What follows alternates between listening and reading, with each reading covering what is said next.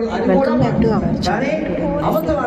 శ్రీ గరికపాటి నరసింహారావు గారి ప్రవచనం చాలా చాలా బాగుంది. నేనైతే ఫస్ట్ టైం లైవ్లో చూశాను. Thank you for watching. Technical thinking, సాంకేతికంగా ఆలోచిస్తాం, సంస్కారాత్మకంగా ఆలోచిస్తాం. ఆవుకి ఏమైనా కోపం, అబద్ధం ఆడింది కదా అని శిక్షిస్తే నువ్వు అబద్ధం ఆడడం మానేయాలి కానీ భగవంతుడు పెట్టమంటే అది కన్వీనియంట్ ఎస్కేపింగ్. పురాణ కథలను తప్పుగా అర్థం చేసుకోవడం అంటే ఇది. ఆ అబద్ధం ఆడకుండా నడుస్తుంది మరి చేసిన బాకీ కొట్టాలి కదా. అబద్ధం ఆడకుండా అందుకే అబద్ధం ఆడేస్తాం. శివరాత్రి నాడు కూడా ఆడేస్తాం.